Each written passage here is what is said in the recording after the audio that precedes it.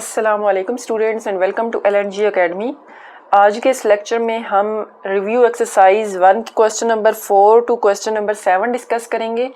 इससे previous video में हम क्वेश्चन नंबर 2 एंड 3 को डिस्कस कर चुके हैं, जिसका लिंक मैंने डिस्क्रिप्शन में दे दिया है, तो आप लोग वो लेक्चर भी ले सकते हैं। तो चलिए आज का अपना लेक्चर स्टार्ट करते हैं। First of all question number 4 statement, इसमें क्या कहा जा रहा है कि is zero a rational number, explain. तो इसमें बेसिकली हमने ये बताना है कि क्या जो ज़ीरो है वो रैशनल नंबर है या नहीं है, ठीक है। और उसको हमने साथ में एक्सप्लेन भी करना है कि अगर वो रैशनल नंबर है तो क्यों है, और अगर वो नहीं है रैशनल नंबर तो वो क्यों नहीं है, ठीक है। तो फर्स्ट ऑफ ऑल हम इसमें देखते हैं कि रैशनल नंबर क्या होता है। जैसा कि हम पहले इनको एक्सरसाइज के टाइम पे डिस्कस कर चुके हैं, तो एक दफ़ा हम फिर से यहाँ पे इसको रिपीट कर लेते हैं कि we know that the set of rational numbers is defined as. तो रैशनल नंबर्स ऐसे नंबर्स होते हैं कि जो इस फॉर्म में हों। ये कौन सी फॉर्म है कि जिसको हम p/q की फॉर्म में रिप्रेजेंट कर सकते हैं, ठीक है। जबकि p और q, यहाँ पे जो p और q हैं वो इंटीजर्स से बिलोंग कर रहे हैं, ठीक है। z है, z यानी कि इंटीजर्स का सेट है, ठीक है। तो p और q इंटीजर से बिलोंग कर रहे हैं, और जो q है यानी कि जो डिनोमिनेटर में नंबर है वो नॉट इक्वल टू 0 होना चाहिए, ठीक है। अब इतना तो हमें पता चल गया कि इस रैशनल नंबर की कंडीशन में ही गिवन है कि डिनोमिनेटर जो है वो 0 नहीं होना चाहिए, ठीक है। लेकिन क्या न्यूमिरेटर 0 हो सकता है, क्योंकि यही हमसे क्वेश्चन में पूछा जा रहा है कि अगर न्यूमिरेटर में यानी कि 0 आ जाए, सिर्फ 0 हो, तो क्या वो रैशनल नंबर होगा या नहीं होगा, ठीक है। तो यहाँ पे देखें 0 जो है, ठीक है, 0 एक ऐसा नंबर है जिसको हम मतलब फॉर एग्जांपल सिर्फ 0 लिख देना, तो कोई भी नंबर होता है उसके नीचे अगर कुछ भी नहीं है तो इसका मतलब है कि उसके नीचे हम 1 लिख सकते हैं, ठीक है। जैसे 1 है तो 1 डिवाइडेड बाय 1 लिखा जा सकता है, 3 है तो 3 डिवाइडेड बाय 1 लिखा जा सकता है, 7 है तो 7 डिवाइडेड बाय 1 लिखा जा सकता है, and up to so on, ठीक है। इसी तरह 0 है तो इसका मतलब है कि हम 0 को 0 डिवाइडेड बाय 1 लिख सकते हैं, ठीक है। तो इसका मतलब है कि इसको हम इस फॉर्म में रिप्रेजेंट कर पा रहे हैं, यानी कि हम इसको p/q की फॉर्म में रिप्रेजेंट कर पा रहे हैं, ठीक है। इसको हमने 0 को 0/1 की फॉर्म में लिख लिया, मतलब हमने p/q की फॉर्म में लिख लिया। अब नेक्स्ट कंडीशन क्या है कि p और q दोनों इंटीजर्स होने चाहिए। तो यहाँ पे p क्या है, p यहाँ पे 0 है और q यहाँ पे 1 है। तो क्या 0 एक जो है वो इंटीजर है? तो हम पहले देख चुके हैं कि इंटीजर्स का सेट क्या होता है। इंटीजर्स ऐसे नंबर्स होते हैं जिसमें 0 भी है, जिसमें पॉजिटिव नंबर्स भी शामिल है, और जिसमें नेगेटिव नंबर, यानी कि 0 +-1 +-2 +-3 and up to so on, इसमें सारे नंबर्स होल नंबर्स जो है वो शामिल होते हैं, ठीक है। इसका मतलब है कि इंटीजर्स के अंदर 0 शामिल है। तो 0 यस, 0 एक जो है वो इंटीजर है। इसी तरह 1 देखें, नीचे 1 है, तो क्या 1 एक इंटीजर नंबर है? तो यस, 1 भी एक इंटीजर नंबर है। तो इसका मतलब है ये कंडीशंस भी सेटिस्फाई हो गई हैं, ठीक है। अब नेक्स्ट देखें, q is not equal to 0। तो q में यहाँ पे क्या है, 1 है, obviously 1 is not equal to 0।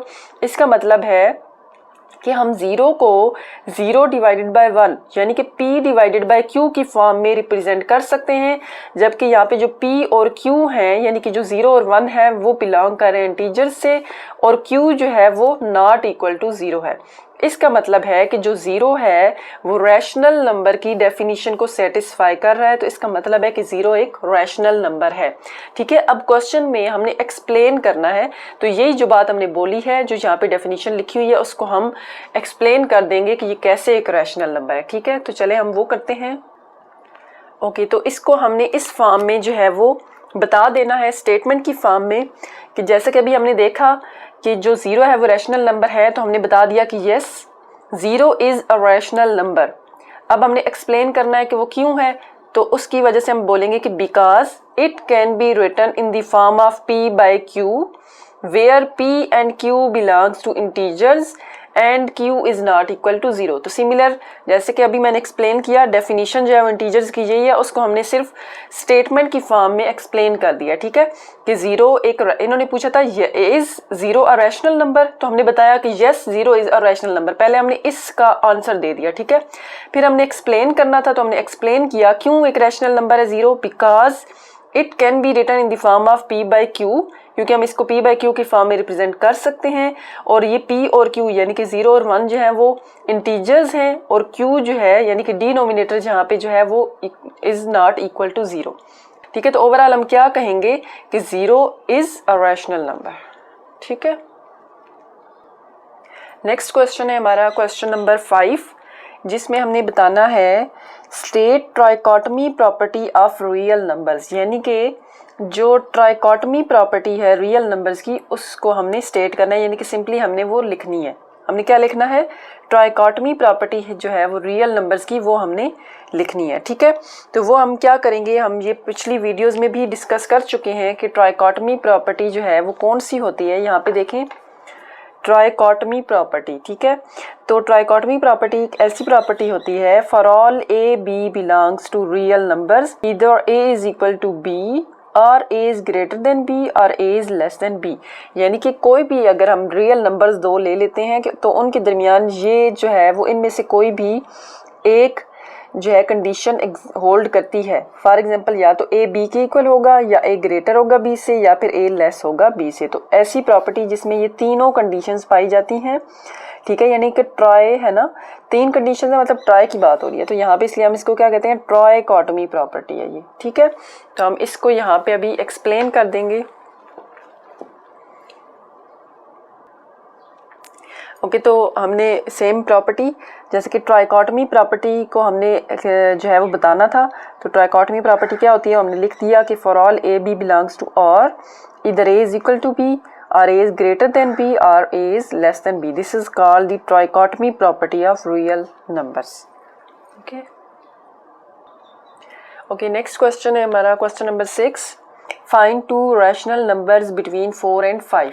ठीक है, तो 4 and 5 के दरमियान में हमने दो rational numbers जो हैं वो find करने हैं। तो ये अब हम कैसे find करते हैं, for example हमारे पास एक 4 है और एक 5 है, इन दोनों के दरमियान हमने दो रैशनल नंबर्स फाइंड करने हैं। ठीक है, तो फर्स्ट रैशनल नंबर फाइंड करने का क्या मेथड होता है कि हम इन दोनों का मिड पॉइंट फाइंड करेंगे, इनकी एवरेज फाइंड करेंगे। और एवरेज किसी भी नंबर की हम कैसे फाइंड आउट करते हैं कि दो नंबर्स हैं, इनकी अगर हमने एवरेज फाइंड आउट करनी है तो इन दोनों को ऐड करके हम डिवाइडेड बाय 2 कर देंगे, तो इनका मिड पॉइंट या इनकी एवरेज जो है वो बेसिकली आ जाएगी। ठीक है, तो फर्स्ट ऑफ ऑल हम यहाँ पे फर्स्ट नंबर फाइंड करते हैं। ठीक है, फर्स्ट रैशनल नंबर क्या होगा हमारे पास 4 + 5। ठीक है, दोनों नंबर्स को हम ऐड करेंगे एंड डिवाइड कर देंगे 2 पे। ठीक है, तो 5 + 4 क्या होता है 9 डिवाइडेड बाय 2। तो फर्स्ट रैशनल नंबर हमारे पास क्या आ गया 9 डिवाइडेड बाय 2, यानी कि 4 and 5 के दरमियान में फर्स्ट रैशनल नंबर क्या आ गया है 9 डिवाइडेड बाय 2। अब हमने क्या करना है, दो रैशनल नंबर्स फाइंड करने हैं। ठीक है, तो सेकंड रैशनल नंबर के लिए हम क्या करते हैं कि ये जो हमारे पास न्यू नंबर आया है इसको और लास्ट वाले को हम अब ऐड करेंगे और डिवाइडेड बाय 2 कर देंगे, यानी कि अब हम इन दोनों की एवरेज फाइंड आउट करेंगे। ठीक है, तो सेकंड रैशनल नंबर क्या होगा, second number is equal to 9 divided by 2 plus 5 divided by 2। ठीक है, अब हमने 9 divided by 2 plus 5 divided by 2 किया, तो यहाँ पे हमारे पास क्या आ जाएगा, आप देखें हमने 9 डिवाइडेड बाय 2 प्लस 5, अगेन हमारे पास फ्रैक्शंस हैं, इनको हम सॉल्व करेंगे। 5 के नीचे कुछ भी नहीं है, मतलब 1 है। ठीक है, तो इसका मतलब है 2 और 1 का हमने एलसीएम लेना है। 2 और 1 का एलसीएम लें तो क्या आता है, 2 को 1 से मल्टीप्लाई करें तो 2 and 1, इसका मतलब है कि हमारे पास एलसीएम क्या आ रहा है 2। तो यहाँ पे हम एलसीएम क्या आ जाएगा 2 और 1 का 2। अब यहाँ पे 2 आया है, ठीक है, तो हमने इस 2 को 2 पे डिवाइड करना है। 2 को 2 पे डिवाइड करें तो क्या आता है 1, और 1 को 9 से मल्टीप्लाई करें तो क्या आता है 9, प्लस अगेन 2 को 1 पे डिवाइड करें तो क्या आएगा 2, और 2 को 5 से मल्टीप्लाई करेंगे तो क्या आएगा 10 एंड होल डिवाइडेड बाय 2। ठीक है, उसके बाद क्या आ जाएगा हमारे पास, this is equal to 10 + 9 19 divided by 2 and whole divided by 2, ये एज इट इज आ जाएगा। ठीक है, अब हम इसको लिख सकते हैं, ठीक है, इस फॉर्म को हम क्या लिख सकते हैं 19 डिवाइडेड बाय 2, और ये जो डिवाइड वाला डिवीजन है इसको हम इस डिवीजन की फॉर्म में लिख सकते हैं। ठीक है, तो नीचे 2 है तो 2 एज इट इज यहाँ पे आ जाएगा। ओके, तो नेक्स्ट स्टेप हमारा क्या होगा, देखें यहाँ पे 19 डिवाइडेड बाय 2 है। ठीक है, 19 डिवाइडेड बाय 2, इस 2 के नीचे कुछ भी नहीं है, मतलब 2 के नीचे 1 है। ठीक है, तो देखिए यहाँ पे हमने डिवाइड का जो साइन है उसको मल्टीप्लाई में कन्वर्ट करेंगे। जब डिवीजन का साइन मल्टीप्लिकेशन में कन्वर्ट होता है तो ये जो हमारे पास नेक्स्ट फ्रैक्शन होती है इसका इन्वर्स हो जाता है। ठीक है, इसका रेसिप्रोकल हो जाता है। बेसिकली यहाँ पे क्या होगा 2 जो है वो डिनोमिनेटर में आ जाएगा और 1 जो है वो न्यूमरेटर में चला जाएगा, तो क्या हो जाएगा 1 डिवाइडेड बाय 2। ठीक है। अब यहाँ पे कोई भी कटिंग नहीं हो रही तो हम इसको डायरेक्ट मल्टीप्लाई कर लेंगे। 19 को 1 से मल्टीप्लाई करें तो क्या आता है 19 एंड 2 को 2 से मल्टीप्लाई करें तो क्या होता है 4। इसका मतलब है जो सेकंड रैशनल नंबर हमारे पास क्या आ गया है 19 डिवाइडेड बाय 4। ठीक है, दिस इज 19 डिवाइडेड बाय 4। हमने 4 और 5 के दरमियान में दो रैशनल नंबर्स फाइंड करने थे तो वो हमारे पास क्या आ गए हैं 9 divided by 2 and 19 divided bye 4। ठीक है, तो इसको हम यहाँ पे जो है वो लिख भी लेते हैं कि hence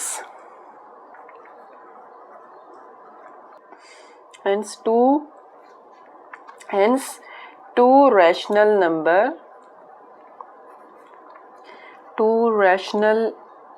numbers between 4 and 5 are 9 divided by 2 and 19 divided bye 4।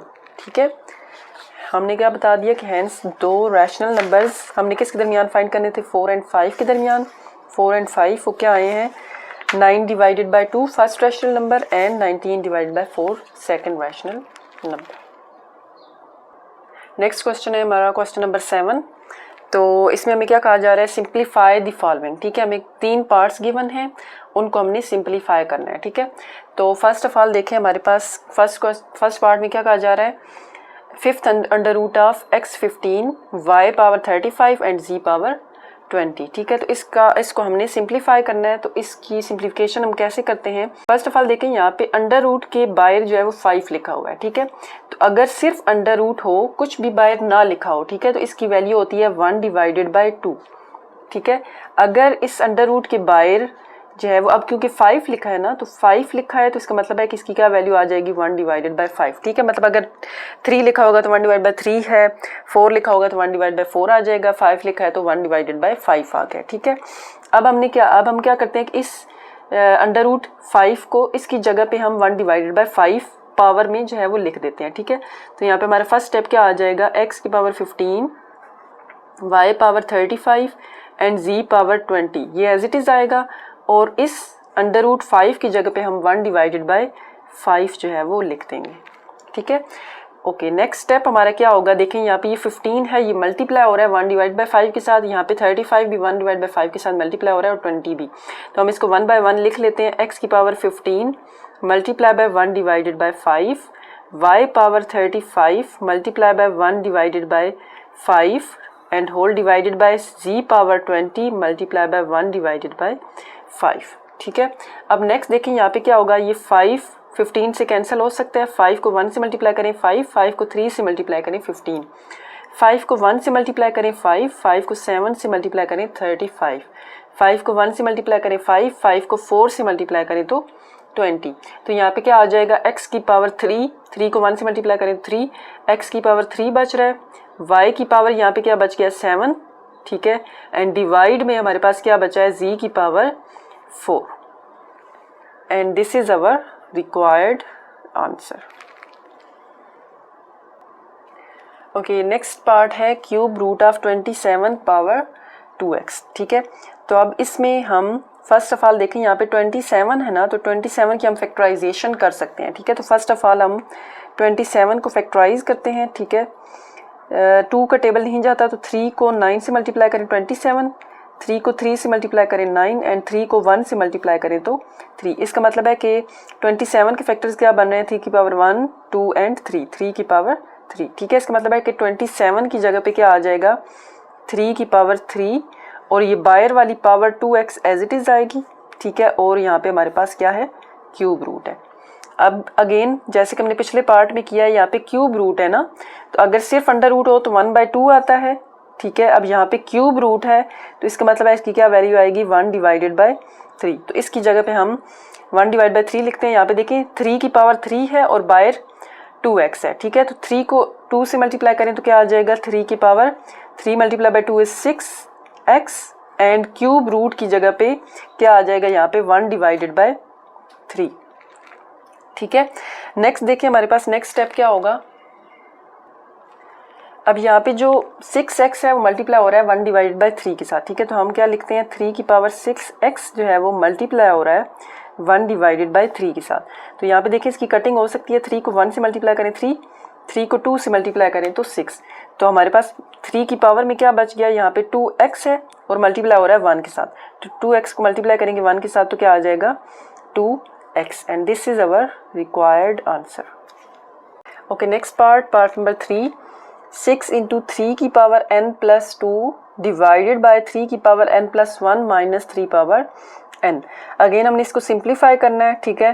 तो फर्स्ट ऑफ ऑल हमारा फर्स्ट स्टेप क्या होगा, 6 इंटू 3 की power n plus 2 divided by 3 की पावर n प्लस 1 माइनस 3 की पावर n। ये किसके इक्वल आ जाएगा, देखिए यहाँ पे 3 की पावर n प्लस 2 है, ठीक है। 3 की पावर n प्लस 2, इसको हम लिख सकते हैं, ये इक्वल होता है 3 की पावर n मल्टीप्लाई बाय 3 की पावर 2, ठीक है। जैसे कि हम पिछले एक्सरसाइज के क्वेश्चन में इसको डिस्कस कर चुके हैं कि अगर दो नंबर्स हों, ठीक है, दो नंबर्स हैं, बेस सेम है, यानी कि यहाँ पे बेस देखिए 3 है, ठीक है, और वो नंबर्स आपस में मल्टीप्लाई हो रहे हैं, तो उनकी जो पावर्स होती हैं वो ऐड हो जाती हैं, ठीक है।